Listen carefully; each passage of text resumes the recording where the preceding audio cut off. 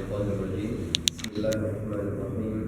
السلام عليكم ورحمة الله وبركاته. وعليكم السلام. الحمد لله رب العالمين.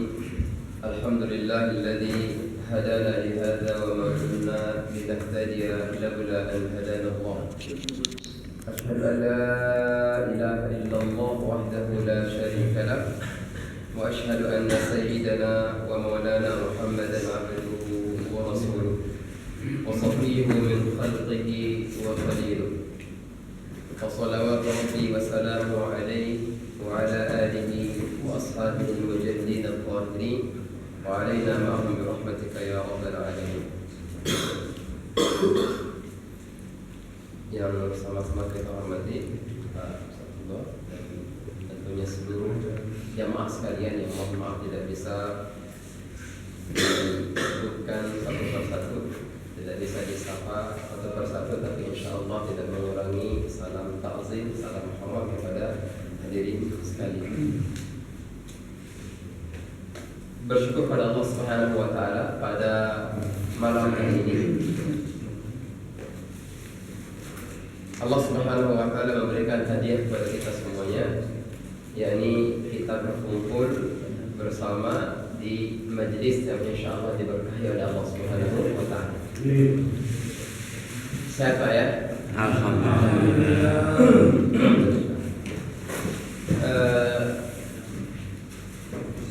Sebagian salafus saleh kita ini bagian dari ini Pak, kita awali terlebih dahulu. Jadi para salafus saleh kita mereka mengatakan inna ikhwani fillah ahabbu ilayya min ahli fi baiti. Di antara mereka ada yang mengatakan para salafus saleh kita, sesungguhnya aku, kata mereka, sesungguhnya kami lebih suka bertemu dengan teman-teman, saudara-saudara, sahabat-sahabat, ya. Artinya ya sahabat karib, sahabat-sahabat yang soleh maksudnya, teman-teman yang soleh. Mereka lebih suka, kami lebih suka ketemu dengan teman-teman yang soleh daripada ketemu dengan keluarga kami sendiri. Apa alasannya? Ikhwani yudzakkiruni fillah billah. Jadi luar biasa para salafus kita. Mereka mengatakan lebih suka, kalau harus memilih, mereka lebih memilih ketemu dengan teman-teman yang soleh. Kenapa? Karena teman-teman yang soleh menurut mereka itu lebih bisa mengingatkan kita kepada Allah Subhanahu wa Ta'ala. Bainama ahli yadhkuruni atau yudzakkiruni bid-dunya, sedangkan keluarga kami, kata mereka, sedangkan keluarga itu lebih banyak mengingatkannya kepada perkara-perkara dunia. Mungkin hari ini makan apa, besok makan apa, kemudian belum lagi lebaran, baju baru. Tetapi ini tentunya bukan hakikatnya, bukan sebenarnya. Ini hanyalah bahasa kiasan saja. Kalau bahasa kita apa namanya itu? Hiperbola ya Pak? Hiperbola, melebih-lebihkan saja. Tentunya idealnya adalah seorang muslim, keluarganya adalah keluarga yang soleh, keluarganya yang baik, gampang diajak untuk melakukan kebaikan. Makanya dalam tahapan tarbiyah itu kan ada istilahnya takwinul fard atau islahul fardi. Diri dulu yang benar Pak, diri dulu yang baik, diri dulu yang soleh, baru kemudian islahul usrah. Akan muncul setahap di atasnya adalah keluarga yang soleh. Anaknya soleh, istrinya soleh, kemudian suaminya soleh. Maka keluarga itu menjadi keluarga yang soleh. Naik sedikit lagi, islahul hukumah. Pemerintah yang lahir dari masyarakat itu pemerintah yang soleh. Ujungnya lagi ustaziyatul alam namanya. Maka negara itu menjadi negara yang super power. Ya. Sekarang yang super power negara apa? China. Beda-beda ya. Ada yang kiblatnya ke China, ada yang ke Amerika. Ya. ya mereka banyak memberikan apa namanya itu pengaruh bagi negara-negara yang lain. Bayangkan kalau katakan di Eropa juga, mungkin Amerika, mungkin Eropa, mungkin Cina. Katakan kalau Amerika ini negara yang Muslim, ya, pakaiannya baik, kemudian sopan santun jalan di situ, silaturahim jalan itu misalkan, maka negara-negara yang lain juga insya Allah mau tidak mau akan terimbas oleh kebaikan mereka. Ya karena ya setiap hari kita nonton film misalkan, itu kan film-film untuk kita lihat ada aja dakwah mereka itu. Film apapun perhatikan, mau film action, film apa, horor mungkin, ada aja bagian-bagian dari dakwahnya. Ya entah kemudian dia doa ke apa namanya, mungkin ke tempat ibadah mereka dan seterusnya.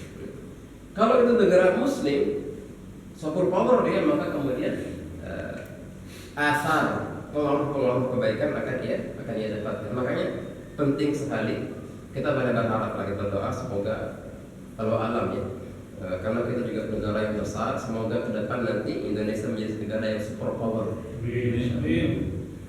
Kemudian super powernya dalam kebaikan tentunya. Baik. Tadi itu bukan berarti kita benci keluarga kita. Ini hanyalah bahasa kiasan saja.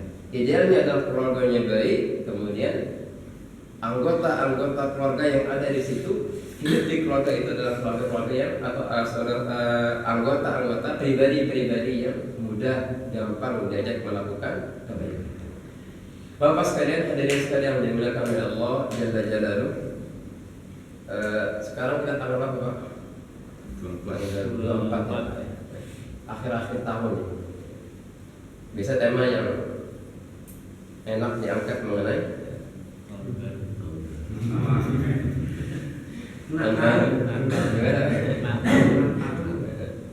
tema muhasabah biasanya, evaluasi. Terus dulu ke situ, menurut Syekh Abu Bakar Jabir Al-Jazairi, paling tidak seorang muslim itu punya adab kepada diri mereka sendiri, dan beliau merinci ada 4 adab yang harus kita punya terhadap diri kita sendiri. Nanti ada dari sini muhasabah, nanti kita sebutkan muhasabah.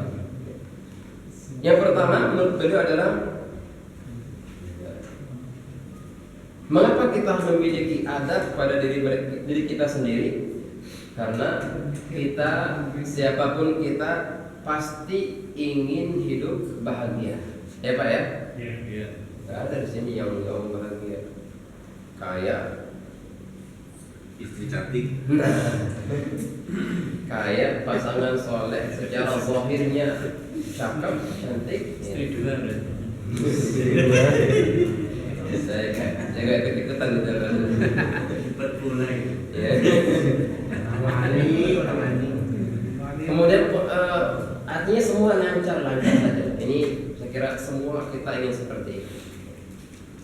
Tetapi ada nanti kiranya tentunya kebahagiaan ini akan tergantung bagaimana cara kita menyikapi segala permasalahan dalam hidup kita. Mungkin muncul ujian, mungkin muncul fitnah, cobaan dan seterusnya. Maka menurut beliau inilah pentingnya keempat adab ini. Yang pertama adalah at-taubah. Menurut Syekh Abu Bakar Jabir Al-Jazairi, beliau meninggal tidak salah tahun 2018, ya, belum lama.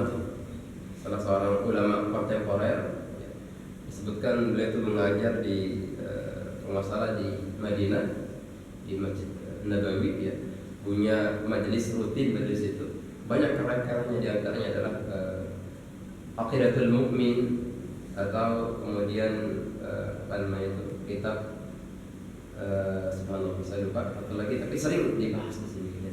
Dibahas di beberapa tempat.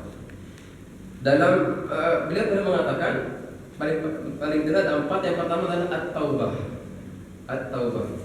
Ini kalau kajian bulan lalu Imam Hasan Al-Basri mengatakan ada 6 perkara yang bisa merusak hati. Ingat Pak ya? Semoga nggak lupa ya. Pertama adalah yuznibun biroja'it taubah. Melakukan dosa, sengaja melakukan dosa, niatnya apa? Taubatnya entar-entar aja. Kalau menurut lagi kan kita harus segera bertaubat. Karena kalau boleh diilustrasikan untuk kalian, taubat itu ibarat pintu, ya Pak. Dibayangin Pak, pintunya di dalamnya ada ruangan. Jadi ruangan itu gelap gulita. Kalau bahasa filsafatnya barangkali gelapnya karena dosa-dosa kita, gelapnya karena kemaksiatan kita. Enggak ada lampu di situ, gelap gulita. Yang taubat itu adalah orang yang mau keluar dari ruangan itu. Alhamdulillah dia ketemu pintunya, dibuka pintunya, begitu keluar cahaya matahari terang banget, taubat dia. Kalau yang tadi yuznibun biroja'it taubah, sengaja melakukan dosa, taubatnya entar-entar aja. Maka kebalikan dengan orang yang pertama, dia ketemu rumah kosong, udah tahu dalam ruangan itu gelap gulita, nggak ada lampu sama sekali, nggak ada cahaya sama sekali, maka dia sengaja masuk ke situ Pak. Niatnya apa? Entar saya bisa keluar. Niatnya entar saya keluar lagi. Syukur-syukur kalau pintunya nemu. Naudzubillah kalau sampai dalam, kemudian dia rampas sana sini, pintunya nggak ketemu. Atau naudzubillah-nya lagi, umurnya nggak nyampe untuk mencari pintu keluar itu. Inilah yang secara ilustrasi itulah taubat itu. Makanya hadirin yang memuliakan, seminimal-minimalnya alal aqal adalah ucapan istighfar. Astagfirullahaladzim. Pada suatu waktu sahabat yang mulia Ali bin Abi Thalib, menantu sepupu Nabi, sahabat Nabi, beliau pernah menegur orang. Jadi ada orang sholat, jadi orang itu selesai sholat, atau ada orang yang istighfar cepat banget, astagfirullah, astagfirullah, astagfirullah, ditegur oleh sahabat Ali. Bukan begini cara mengucapkan istighfar, kata beliau. Beliau mencontohkan kalau istighfar itu alal madhi minal dzunub bin nadamah. Kamu bayangkan ketika ucapan astagfirullah kamu hayati, kamu bayangkan apa yang pernah dosa-dosa kamu lakukan itu dibayangkan.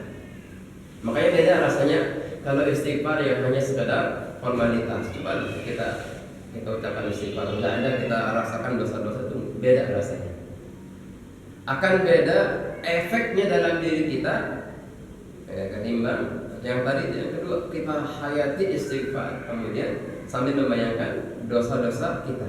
Wa li tadhi'il fara'id al-i'adah, atau ketika mengucapkan istighfar itu kita menyesal mengapa meninggalkan banyak kebaikan.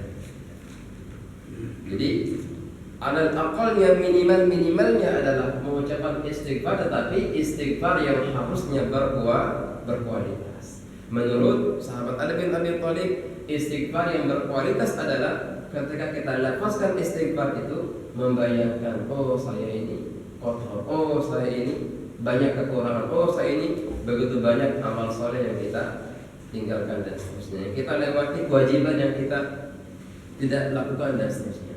Jadi pernah beliau menegur seseorang karena buru-buru, astagfirullah. Jadi ini juga masukan bagi kita semuanya. Saya juga apalagi selesai sholat kan sunnahnya astagfirullah. Apa yang sudah muncul Pak? Apa yang sudah muncul ketika kita assalamualaikum, assalamualaikum? Masukkan sunnahnya astagfirullah 3 kali.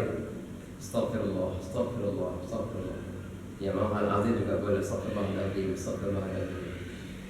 Yang suka muncul diri kita apa? Kadang-kadang gak ada apa-apa, kadang-kadang hanya keluar istighfar saja. Itu saya. Berarti masukan dari Imam Ali bin Abi Thalib, sahabat yang mulia, adalah ketika melafazkan istighfar, bayangkan mungkin tadi sholat kita itu ada yang enggak khusyuknya. Mungkin tadi ketika sholat kita ini tentang sholat ya Pak. Mungkin main lagi dalam kehidupan sehari-hari. Mungkin pas sholat tadi ada yang kebayang yang di luar sholat, ada yang mengganggu konsentrasi sholat kita, khusyuknya kurang dan seterusnya. Jadi yang pertama adalah, menurut beliau, pertama adalah at-taubah, segera bertobat. Adab al-aqal minimalnya adalah tadi ucapan istighfar. Adab yang kedua, menurut Abu Bakar Jabir Al-Jazairi Syekh, beliau mengatakan adalah muraqabah. Ini juga sangat-sangat penting. Ada rumah sakit di daerah Cibarusah, mungkin ada yang tahu di sini, namanya Rumah Sakit Harapan Mulia. Jadi kami di IKD Cilengsi itu ada beberapa kerjasama dengan beberapa instansi. Rumah sakit ini di antara yang disampaikan oleh ownernya adalah, Ustaz, tolong nanti di sini dikuatkan ya tema tentang muraqabah. Jadi merasa diawasi. Menurut pemaparan beliau, jadi suka di sini katanya ini karyawannya muraqabahnya kurang, Ustaz. Jadi suka bocor katanya.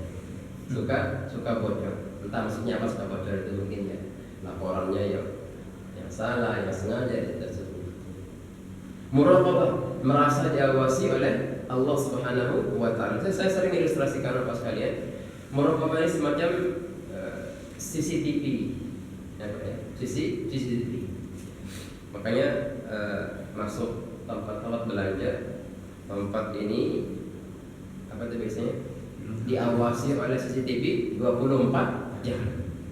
Orang kalau mau ngambil di situ mikirnya ribuan kali. Tapi ada nggak orang yang mengambil? Ada. Ketahuan nggak? Kadang-kadang nggak ketahuan. Itu CCTV dunia, Pak. CCTV dunia.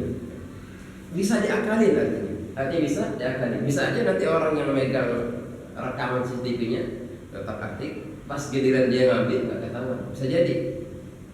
Tapi kalau CCTV akhirat, artinya di Allah Subhanahu wa taala, artinya merasa diawasi oleh Allah Subhanahu wa taala, inilah yang lebih dahsyat. Maka dimanapun kita berada, perlu muncul rasa muraqabah ini. Seorang karyawan kalau sudah merasa diawasi oleh Allah Subhanahu wa taala, maka insya Allah dia akan amanah dalam pekerjaannya, dalam laporannya dan seterusnya. Wa kana Allahu ala kulli syai'in raqiban. Karena Allah Subhanahu wa taala yang mengawasi kita semuanya. Hadirin Allah muliakan. Maka satu waktu pernah diceritakan Malik bin Dinar ini pernah menemani Umar bin Khattab radhiyallahu taala anhu. Pernah menemani beliau, seorang tabi'in. Di perjalanan kemudian bertemulah mereka dengan seorang pengembala kambing. Kemudian oleh Umar ingin diuji lah pengembala kambing ini, dites sejauh mana artinya di mana dia tes tersebut. Umar mengatakan kata penggembala kambing itu, ya wahai penggembala, bolehlah sini kami beli seekor kambingnya. Kata pengembalanya, ini bukan punya saya hanya gembala saja, menjagain doang, ngasih makan, jaga dari serigala dan seterusnya. Umar mancing lagi. Ya udah nanti bilang aja sama yang punya kambingnya. Tadi kambingnya ada yang diterkam oleh serigala. Kemudian budak yang mengembala tadi mengatakan, Aina Allah. Kalau begitu karena dia nggak tahu, dia jangan sampai dia bicara. Kalau begitu, di mana Allah Subhanahu wa taala? Lisan ini berbohong, tetapi bagaimana dengan penghakiman nanti di hadapan Allah Subhanahu wa taala? Nyata jawaban itulah kemudian yang sangat masuk ke dalam hati Umar bin Khattab sampai beliau menitaskan air mata. Keesokan harinya datanglah Umar kepada tuan budak tadi, pengembala tadi, kemudian dibelilah budak itu, kemudian dibebaskan oleh Umar bin Khattab radhiyallahu taala. Yang pertama adalah taubah, yang kedua adalah muraqabah. Ada 4, semoga masih kita ingat ya. Taubah, muraqabah. Yang ketiga dikatakan oleh Syekh Jabir Al-Jazairi dalam Minhajul Muslim, nama kitabnya adalah Minhajul Muslim. Ini suka dibahas di beberapa tempat. Yang ketiga beliau mengatakan adalah al-mujahadah. Jahada yujahidu, sungguh-sungguh. Nanti dari sini muncul kalimat jihad. Muncul kalimat jihad. Yang sebagian kita itu lebih suka memaknanya dengan perang. Padahal itu adalah satu makna dari sekian makna jihad itu sendiri. Tapi oleh non muslim kemudian yang tidak suka Islam kemudian lebih kuat mengenai peperangan. Tapi dia tentunya lebih luas daripada perang fisik tersebut. Sebagai seorang muslim, menurut para ulama, kita ini paling tidak setiap hari itu terus bertempur, Pak. Perang terus. Coba musuhnya beda-beda. Musuh kita adalah paling tidak ada 3 musuh kita. Yang pertama adalah asy-syaitan. Asy-syaitan. Ini musuh. Banyak sekali ayat Al-Qur'an mengatakan inna syaitana lakum aduwwun fattakhidhuhu aduwwa. Ini mengatakan syaitan musuh kita. Yang kedua adalah ad-dunya, hubbud dunya, sangat cinta dengan dunia. Yang ketiga adalah an-nafs, nafsu. Ini juga musuh kita. Makanya dalam awal juz berapa? Saya lupa, juz 13 kalau tidak salah, atau juz 12.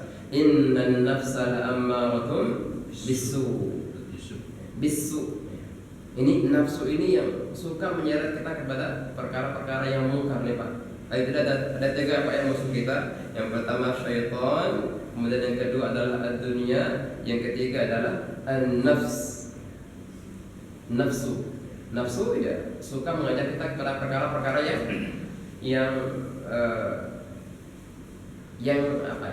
enak. Makanya Nabi mengingatkan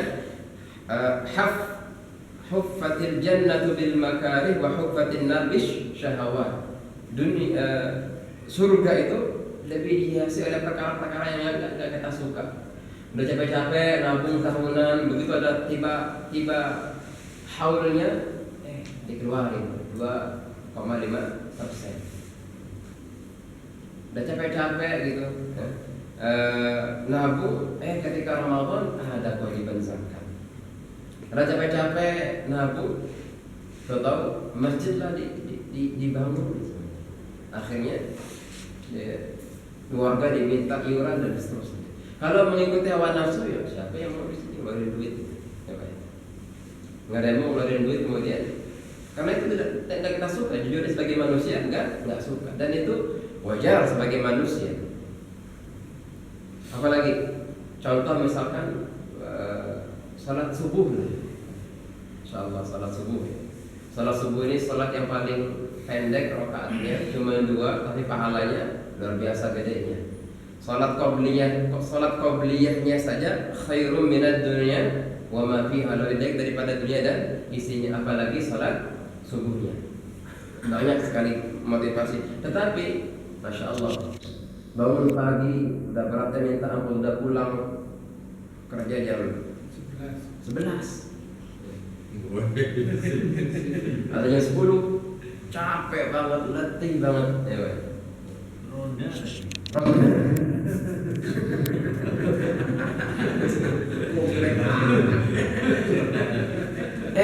Besoknya harus berangkat jam 6. Bayangin, pulang jam 11 nggak bisa langsung tidur.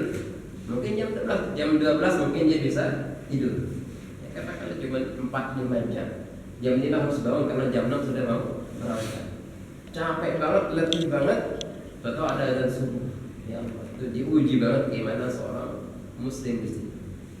Apakah mengikuti hawa nafsunya, ingin sudah tidur aja deh, salatnya antar-antar aja, atau kemudian mengalahkan hawa nafsunya dan lebih memenuhi panggilan hayya 'alas shalah, hayya 'alal falah.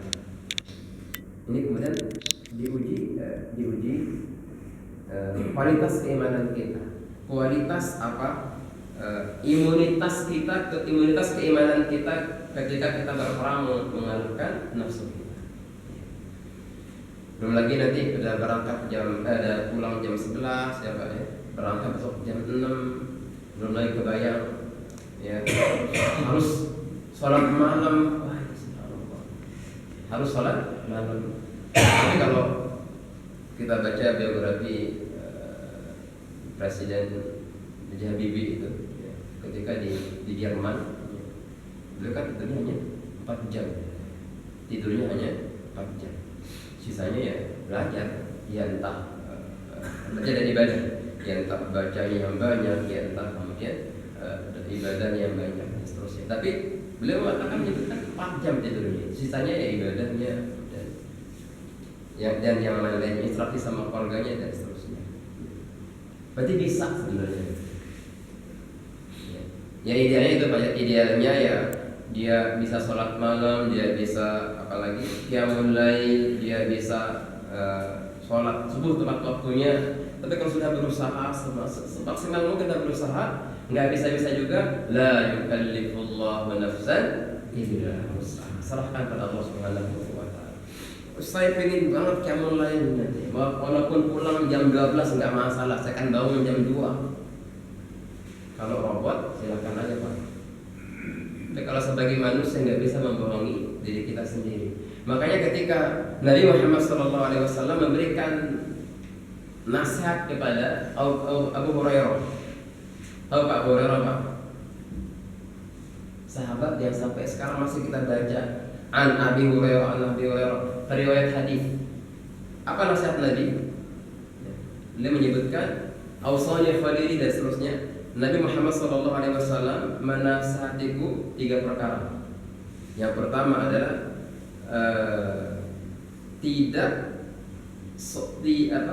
puasa, ya, puasa 3 hari dalam sebulan. Abu Hurairah Pak, sahabat yang mulia, sahabat. Nabi puasanya, ya, Nabi itu dikatakan paling banyak puasa. Ya. Paling banyak puasa minimal kalau dalam sebulan 15 hari beliau puasa. Mungkin Senin Kamis belum ayamul bidnya hitung. Tetapi nanti menjelang bulan Ramadan lebih banyak beliau puasa. Tetapi ketika menasihati sahabat beliau bilang kalau mau puasa udah puasa 3 hari dalam 3 hari dalam sebulan, ayamul bid.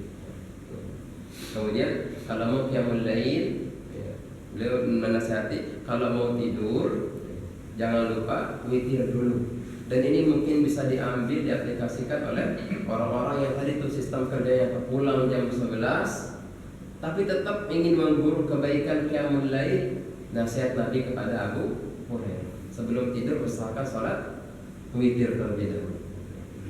Itu kalau tadi keinginannya ingin tetap qiyamul lail tapi nggak bisa karena pulang jam 11 tidur jam 12, besok jam 6 harus berangkat, nggak kebayang kalau harus begadang malam-malam.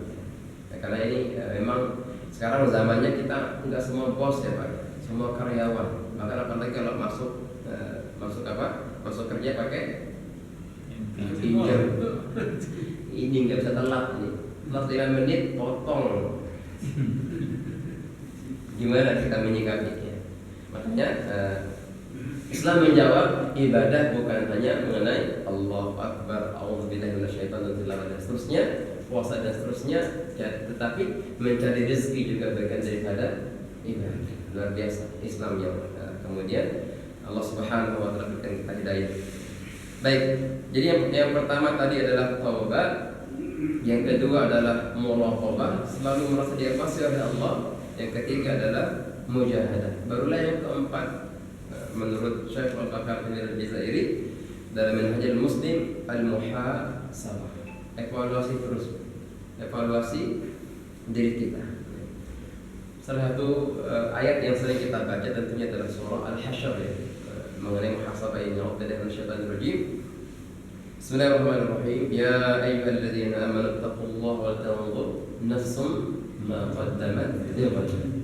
Wattaqullaha innallaha khabirun bima ta'malun. Ini tema muhasabah yang sering, ayat yang sering sering diangkat ketika membicara mengenai tema muhasabah. Ya. Ini tema penting kita pada malam hari di samping tema-tema yang disampaikan. Adab yang keempat muhasabah. Menurut para ulama apa kaitannya wal tanzur nafsum ma qaddamat lighad? Wahai orang-orang yang beriman, ittaqullah, tetaplah kepada Allah. Wal tanzur nafsum ma qaddamat lighad, masing-masing kita sebaiknya lihat apa yang sudah ia siapkan untuk kehidupan esok harinya. Apakah maksudnya besok hari Senin? Apakah maksudnya pekan depan, pekan terakhir, atau ya pekan terakhir di bulan di tahun ini?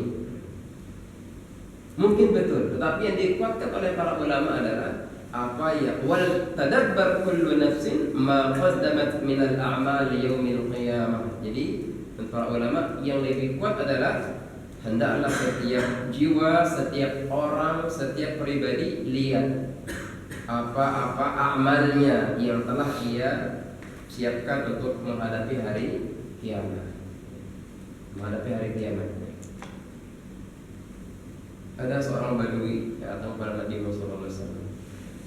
Nabi kan sering tuh Pak mengingatkan sahabat mengenai hari kiamat. Datang orang badui. Ini para sahabat yang utama nggak ada yang berani. Datanglah seorang badui. Ya Rasulullah, engkau bahasa itu. Engkau bicara mengenai kiamat terus ya Rasulullah. Kapan sih datangnya hari kiamat? Pertanyaan pertama nggak digubris dengan Nabi. Pertanyaan kedua nggak digubris. Pertanyaan ketiga begitu ketiga ditanya balik oleh Nabi Muhammad SAW. Ma a'adaka? Emang apa yang sudah kamu siapkan untuk menghadapi hari kiamat? Kata si badui itu, enggak ada ya Rasulullah, kecuali aku mencintaimu, kata seorang badui. Maka Nabi menjawab, al-mar'u ma'a man ahabba. Seorang manusia itu bersama dengan siapa yang ia cintai. Cinta kepada Nabi dalam konteks ini bisa mengantarkan ia bersama Nabi nanti pada hari kiamat. Wa khafullaha fi kulli ma ta'tun wa tadharun, dan takutlah kepada Allah, kata para ulama mengenai ayat ini. Jadi maksudnya adalah lihat amalan apa yang kamu lakukan untuk hari kiamat, kemudian takutlah kepada Allah dalam perkara-perkara yang kamu lakukan dan dalam perkara-perkara yang kamu tinggalkan. Jadi yang lebih kuat adalah persiapkan, hendaklah setiap jiwa, setiap kita, setiap pribadi lihat apa yang sudah ia siapkan untuk kehidupan akhiratnya. Inilah maksud kuatnya adalah muhasabah. Jadi bukan hanya besok itu kita makan apa, itu juga muhasabah sebenarnya. Karena itu hitungan. Muhasabah itu dari hasabah, yuhasibu, hitungan. Besok mau makan apa dan seterusnya. Itu juga muhasabah. Tetapi yang dimaksudkan oleh ini adalah hendaklah setiap kita melihat amalan perbuatan yang telah ia siapkan untuk hari kiamat. Karena sejatinya begitu berlalu satu hari, maka berkurang hidup kita satu hari. Begitu berlalu satu minggu, berkurang satu minggu. Begitu berlalu satu bulan, berkurang satu bulan. Persis seperti kita gambaran lagi Pak, niup balon. Sini saya kira sering nih niup balon untuk anak, cucu dan seterusnya. Ketika tiup balon, maka makin besar balon itu, makin besar potensi untuk meletus. Katakan balon itu adalah hidup kita, meletusnya adalah kematian kita, ajal kita. Maka makin ditiup, makin hari makin hari umur makin bertambah, tekanan udaranya bertambah, ditiup lagi. Nanti pada akhirnya, pada endingnya pasti akan meletus, karena nggak tahan dengan tiupan itu. Begitupun sama. Maka ironi ya Pak, ketika ada orang yang ulang tahun senang-senang,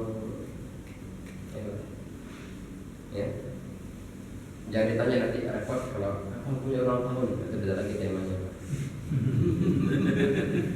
Karena ada sekarang ulang tahun, kemudian berbagi angpau, berbagi makanan kepada anak yatim sambil didoakan.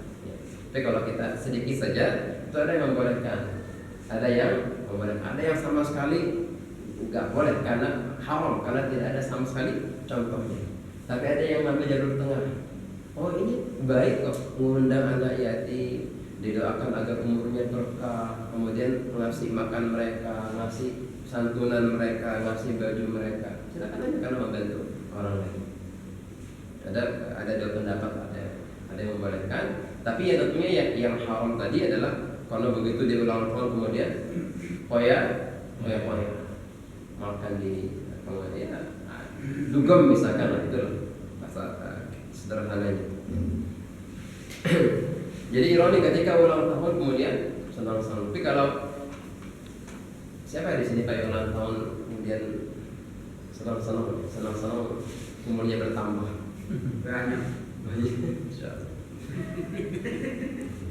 Mungkin ya Pak ya, secara pribadi kalau mengundang anak yatim kemudian doakan umur, ya Allah berkahi umur yang ulang tahun ini. Mungkin secara pribadi saya merasakan ada mungkin pengaruh positifnya. Dia akan sadar, oh umur saya sudah bertambah dan seterusnya. Ini walau alam ya. Jadi terkait itu ada yang membolehkan dengan tadi itu kegiatan-kegiatan yang positif. Nabi Muhammad SAW menyampaikan kepada kita semuanya, al-kayyisu man dana nafsahu wa amila lima ba'dal maut wal 'ajizu man ittaba'a nafsahu hawaha. Jadi dari hadis ini kita mengambil satu ibrah. Orang yang sering muhasabah, dan muhasabah ini bukan hanya tahunan. Menurut para ulama, bahkan ketika berlalu satu hari pun berhenti sejenak, tadabbur sejenak. Biasanya ini sebelum tidur, ya Pak. Sebelum tidur, kemudian kita merenung. Kita merenung hari ini apakah banyakkan solehnya atau yang enggak soleh. Apakah banyakkan baiknya atau buruknya. Itu namanya adalah muhasabah harian. Pekanan silakan, bulanan juga silakan. Tetapi yang lebih populer di tengah kita adalah ketika akhir tahun, entah itu akhir tahun Hijriah ataupun akhir tahun Masehi seperti hari-hari ini. Intinya al-kayyisu man dana nafsahu wa 'amila lima ba'dal maut. Orang-orang yang cerdas, kata Rasulullah, adalah orang-orang yang suka lihat dirinya, suka terus muhasabah diri. Entah muhasabahnya harian, entah muhasabahnya pekanan, entah muhasabahnya bulanan, tahunan, dan seterusnya. Artinya sering-sering muhasabah. Kata Hasan Al-Basri rahimahullah ta'ala, seorang tabi'in, beliau mengatakan, ayyuhan nas, wahai manusia, innama anta ayyam, sungguhnya engkau ini adalah kumpulan dari hari-hari. Fa idza dhahaba yawmun dhahaba ba'dun minka. Kalau berlalu satu hari, ya maka sebagian dari dirimu juga sudah berlalu. Kalau hari ini misalkan kita dulu takdirnya 45 tahun, maka kalau hari ini 44 tahun, setahun lagi. Kalau hari ini sudah 44 lewat 11 bulan, sebulan lagi. Itulah kira-kira yang perlu kita muhasabah. Maka tadi itu ironi ketika ada orang yang senang, sangat bahagia dengan umur yang dengan bulan tahunnya bertambah. Justru yang diajarkan oleh Islam adalah ketika bertambah umur kita, maka kita hayati ajal kita makin dekat, kemudian kita makin menjadi pribadi yang lebih saleh. Dan yang paling penting, hadirin yang Allah muliakan, adalah apa yang disampaikan oleh Umar bin Khattabi radhiyallahu ta'ala anhu. Beliau mengatakan, ini sering kita dengar, hasibu anfusakum qabla an tuhasabu. Hisablah diri kalian, kata beliau, qabla an tuhasabu, sebelum nanti dihisab oleh Allah Subhanahu wa ta'ala. Wazinu a'malakum qabla an tuzana 'alaikum. Dan timbanglah, kata beliau, timbanglah amal-amal kalian sebelum nanti ditimbang oleh Allah Subhanahu wa ta'ala. Kita bayangkan ada orang yang mau ke bandara, dari rumah berangkat, dia mau safar, dia mau bepergian kemana, entah kemana aja, dia safar dari rumahnya dia bawa semua yang bahkan yang nggak penting pun dibawa sama dia. Ya boneka, ya bantal, sekarang begitu. Pokoknya yang nggak dia butuhkan harusnya dia bawa juga. Dia bawa, dimasukkan ke dalam koper nih. Dia sampai bawa 3-4 koper sampai di bandara. Ya, nyata itu harus ditimbang bagasi. Berapa sekarang? Beda-beda ya dokter maskapai. Tapi umumnya ya kalau salah 25 kilo.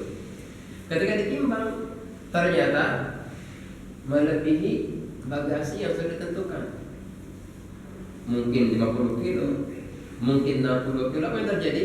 Ketika ditimbang kopernya lebih dari kapasitas, dia langsung kaget banget dia. Kaget banget. Maka akan lebih baik dari orang tadi sebelum berangkat ke bandara yang dibawa adalah apa? Yang emang dibutuhkan nanti, atau minimal diangkat nih kopernya, timbang dulu. Ini berapa kira-kira berapa? Syukur-syukur di rumahnya ada timbangan, dia tahu, oh 20 kilo aman bandara. Aman. Sampai bandara pun dia akan nggak kaget karena sudah timbang di rumah nanti. Sama. Kita juga sama. Kalau di dunia ini kita sering timbang amalan kita, bahkan sering dievaluasi amalan kita, semoga nanti di sananya nggak kaget ketika ditimbang di hadapan Allah Subhanahu wa Ta'ala. Ingat ya hadirin yang dimuliakan, bulan lalu disampaikan ada beberapa tahapan nanti pada hari kiamat, yaumul barzakh, mulai ketika kita dimakamkan, yaumul qiyamah ketika bangkit dari kuburan kita, yaumul hisab ketika kita dihisab, dihitung Allah Subhanahu wa Ta'ala, dievaluasi Allah Subhanahu wa Ta'ala, yaumul mizan ketika ditimbang. Kemudian setelah yaumul mizan adalah hari di mana kemudian ditentukan apakah penghuni surga atau penghuni neraka. Berapa tahapan. Maka ketika yaumul mizan nanti, orang-orang yang suka muhasabah nggak kaget karena udah tahu, sudah kebayang. Bahasa kita sudah kebayang. Kita sering sebelum perjalanan itu, kalau jalan lewat sini nih khawatir macet nih. Sekarang enak ada Google Map. Tahu, oh di sini ada merah-merahnya. Jadi jalan pun tahu kita, oh kira-kira nanti tiba di sana sejam lagi. Tahu. Kalau dulu nggak ada mah sering terperangkap dalam kemacetan, karena nggak tahu, bisa berjam-jam dan seterusnya. Ada sebuah asar yang perlu kita tadabburi dari Hasan al-Basri, beliau mengatakan, la yazalul insanu bi khairin, manusia itu selalu berada dalam kebaikan, madamal insanu madama wa'izun binafsihi. Jadi dikatakan seseorang itu akan terus berada dalam kebaikan selama ia memuhasabah dirinya sendiri. Dia akan aman, akan baik terus. Ada beberapa poin yang berikutnya dari Imam Ahmad terkait muhasabah. Beliau mengatakan, maktubun fi hikmah dari Daud. Ada sebuah hikmah dulu kata beliau Imam Ahmad, haqqun 'alal aqil an yaghfal alla yaghfal 4 sa'at. Ini juga bagian dari muhasabah. Beliau mengatakan, Imam Ahmad mengatakan, ada 4 momen yang tidak boleh lewat dari kehidupan seorang muslim. Ya, baik. Ada 4 waktu yang tidak boleh lewat dari kehidupan seorang muslim. Yang pertama, sa'atun yunaji fiha rabbahu. Momen ini yang pertama adalah waktu di mana ia tidak boleh lewat dari munajat kepada Tuhannya, entah doa, entah ibadah dan seterusnya. Tidak boleh lewat dalam hidup kita. Yang kedua, sa'atun yuhasibu fiha nafsahu. Yang kedua adalah momen di mana kita muhasabah diri kita sendiri, dan kita yang lebih tahu kapan ini waktu yang pas. Ada orang yang suka muhasabah setelah sholat misalkan, itu kan sunyi biasanya. Kecuali kalau mungkin masjidnya banyak anak-anak yang berisik. Tapi kalau di sini alhamdulillah aman dan anak-anaknya. Di tempat saya, masya Allah, tabarakallah, PR banget ya anak-anak. Baru takbir, lari sana, lari sini, masya Allah.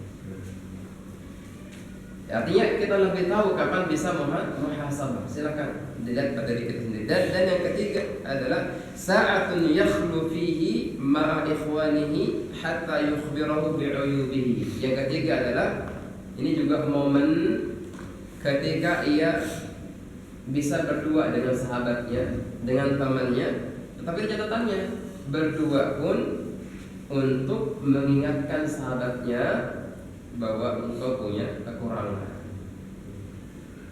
Ini adab dalam menasihati orang lain. Jadi dipanggil, kemudian berdua berbicara baik-baik. Kalau sekarang gimana Pak umumnya? Biar Sekarang ya zamannya luar biasa ya.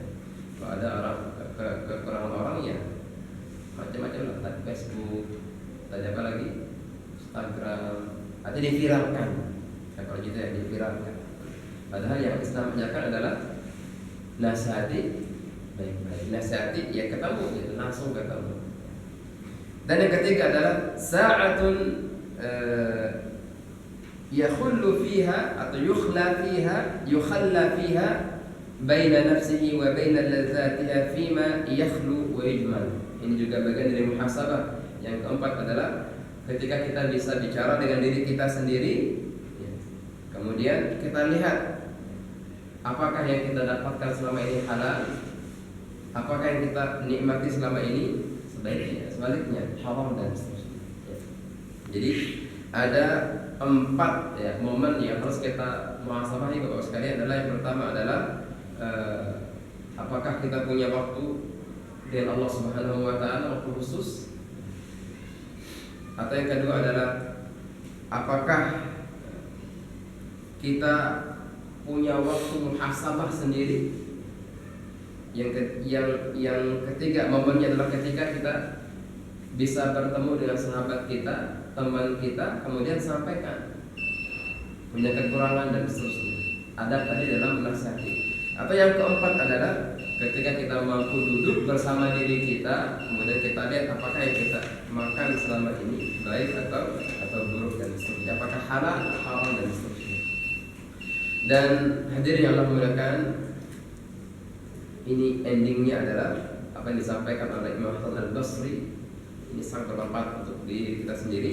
Wa innama al-mu'minu qawwamun ala nafsihi yuhasibuha lillah wa innama khaffa al-hisab ala qaumin hasabu anfusahum fid dunya. Sesungguhnya nanti hisab itu akan gampang, akan ringan bagi orang-orang yang suka muhasabah dirinya sendiri di dunia ini. Wa innama syaqqa al-hisab yawm al-qiyamah ala qaumin akhadhu hadzal amra min ghairi muhasabatin. Tapi kalau orang yang suka muhasabah, enggak mau evaluasi, maka nanti pilihannya adalah akan dievaluasi oleh Allah Subhanahu wa taala. Jadi pilihannya Pak ada 2. Apakah hari-hari ini kita muhasabah diri kita, maka nanti di akhirat kita akan mudah hisabnya, hisaban yasira. Apa kita enggak mau muhasabah? Berarti kita memilih nanti kita dihisab oleh Allah Subhanahu wa taala. Nah, ini yang paling berat tentunya. Ketika dihisab oleh Allah, sebesar biji dzarrah pun tidak akan terlewat. Tapi kalau kita hisab diri kita, kita akan langsung istighfar, maka ini menjadi tifek bagi kesalahan yang tadi kita tulis. Hadirin Allah muliakan, ini yang bisa saya sampaikan. Semoga menjadi hikmah atau hal yang bermanfaat bagi saya pribadi tentunya, khususnya dan kemudian pada kita semuanya. Hadallahu iyyakum ajma'in. Subhanakallahumma wa bihamdika asyhadu an la ilaha illa anta astaghfiruka wa atubu ilaika. Wa aqulu minkum mohon dibukakan pintu maaf jika ada yang berkenan. Assalamualaikum warahmatullahi wabarakatuh. Waalaikumsalam warahmatullahi wabarakatuh.